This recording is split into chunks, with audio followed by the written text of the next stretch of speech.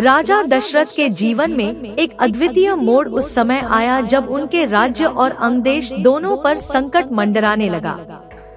राजा दशरथ, जो अयोध्या के महान शासक थे, अपने 4 पुत्रों राम, लक्ष्मण, भरत और शत्रुघ्न के जन्म से पहले एक अत्यंत महत्वपूर्ण घटना का सामना कर रहे थे।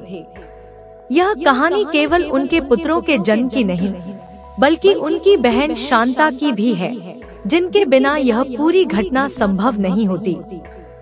शांता का जन्म राजा दशरथ और रानी कौशल्या की पहली संतान के रूप में हुआ था। वह एक बहुत ही शांत और संतुलित व्यक्तित्व वाली कन्या थी। शांता का नाम भी उनके व्यक्तित्व के अनुरूप था, क्योंकि वह सच्चे अर्थों में शांति और सद्भाव की प्रतीक थी। हालांकि वह राजा दशरथ की बेटी थी, लेकिन परिस्थितियों ने उन्हें रानी कौशल्या की बड़ी बहन वर्षिणी और अंगदेश के राजा रोमपाद के यहाँ गोद दिया गया। शांता के बचपन की यादें अयोध्या से अंगदेश तक फैली हुई थी, लेकिन यह नहीं बदला कि वह अपने सगे भाई बहनों से कितना जुड़ी हुई थी। शांता की परवरिश रोमपाद के दरबार में एक राजकुमारी की तरह हुई, जहां उन्हें हर प्रकार की शिक्षा दी गई। वह ज्ञान, सौंदर्य और करुणा की प्रतिमूर्ति थी।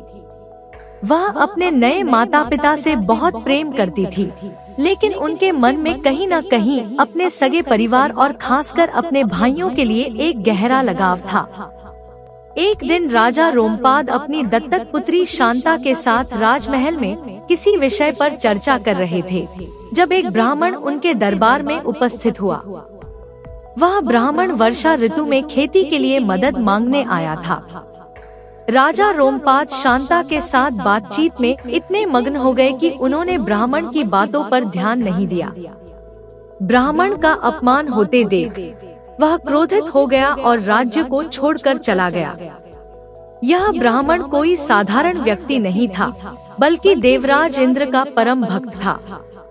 उसके अपमान से आहत होकर उसने इंद्र से प्रार्थना की और इंद्र ने इस अपमान का बदला लेते हुए राज्य से वर्षा छीन ली। अंगदेश में सूखा पड़ गया और चारों ओर हाहाकार मच गया। खेती बर्बाद होने लगी। जनवरी से जनवरी पीड़ित हो उठा। सूखे की वजह से फसलें नहीं उगी और लोगों को भोजन के लिए संघर्ष करना पड़ा। राजा रोमपाद को समझ नहीं आ रहा था कि इस संकट से कैसे निपटा जाए। तब राज्य के पुरोहितों ने उन्हें बताया कि यह आपदा केवल एक विशेष ब्राह्मण की कृपा से ही समाप्त हो सकती है। वह ब्राह्मण कोई और नहीं, बल्कि ऋष्यशृंग थे। ऋष्यशृंग एक अद्वितीय ऋषि थे, जिनका पालन पोषण उनके पिता विभांडक ऋषि ने अत्यंत कठोरता से किया था। विभांडक ऋषि ने अपने पुत्र को बचपन से ही जंगल में अलग थलग रखा, ताकि उसे सांसारिक मोहमाया का कोई अनुभव न हो। ऋष्यशृंग का इतना पवित्र और निर्मल व्यक्तित्व था कि उनके कदम पड़ते ही बंजर भूमि भी हरियाली से भर जाती थी। लेकिन समस्या यह थी कि ऋष्यशृंग को अंगदेश तक लाने के लिए किसी विशेष व्यक्ति की आवश्यकता थी। कोई ऐसा व्यक्ति जो ऋष्यशृंग के हृदय को स्पर्श कर सके और उसे अंगदेश आने के लिए मना सके। राजा रोमपाद और उनके मंत्रियों ने सोचा कि यह कार्य शांता से बेहतर कोई नहीं कर सकता। शांता ने अपने पिता के आदेश का पालन करने का निश्चय किया और ऋष्यशृंग को अंगदेश लाने के लिए निकल पड़ी। शांता अपनी अद्वितीय करुणा और नारी सुलभ सौम्यता के कारण ऋष्यशृंग से मिल सकी। वह विभांडक ऋषि के आश्रम में पहुंची और वहां ऋष्यशृंग से धीरे धीरे परिचय बढ़ाने लगी। ऋष्यशृंग ने कभी स्त्री का सानिध्य नहीं पाया था, इसलिए शांता का उनके जीवन में आगमन उनके लिए एक नया अनुभव था। शांता ने अपनी विनम्रता, बुद्धिमत्ता और सत्कार से ऋष्यशृंग का विश्वास जीत लिया। विभांडक ऋषि के क्रोध को शांत करने के लिए शांता ने उनकी सेवा की और उनके प्रति आदर भाव दिखाया। उन्होंने विभांडक ऋषि को यह समझाने में सफल रही कि उनका पुत्र ऋष्यशृंग अंगदेश जाकर यज्ञ करने से देवताओं का आशीर्वाद प्राप्त करेगा और राज्य को सूखे से मुक्ति मिलेगी। अंततः विभांडक ऋषि ने भी अपनी सहमति दे दी। ऋष्यशृंग और शांता अंगदेश लौट आए।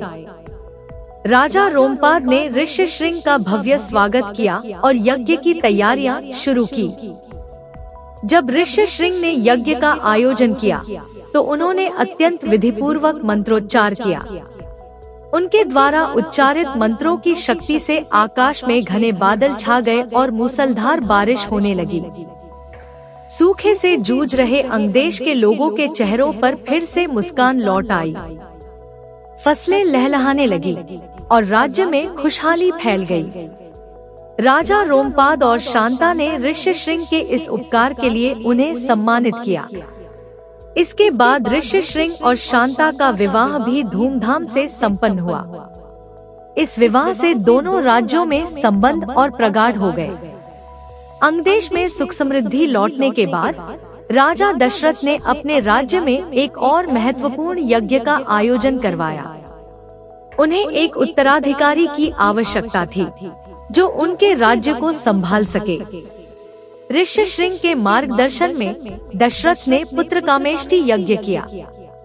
इस यज्ञ के बाद दशरथ को 4 पुत्रों की प्राप्ति हुई, राम, लक्ष्मण, भरत और शत्रुघ्न। ये चारों बालक भविष्य में अयोध्या के राजकाज को संभालने और धर्म की स्थापना करने वाले थे। शांता के बिना यह सब संभव नहीं था। वह न केवल अंगदेश को सूखे से बचाने में सहायक रही, बल्कि अपने भाई भाभियों के जन्म का भी अप्रत्यक्ष कारण बनी। शांता ने अपने कर्तव्य का पालन करके न केवल अपने माता पिता बल्कि दोनों राज्यों का उद्धार किया। शांता की कहानी हमें यह सिखाती है कि एक सशक्त नारी अपने गुणों और सद्भाव से असंभव को भी संभव बना सकती है। उनकी बुद्धिमत्ता, करुणा और समर्पण ने न केवल उनके परिवार को बल्कि पूरे राज्य को संकट से बचाया।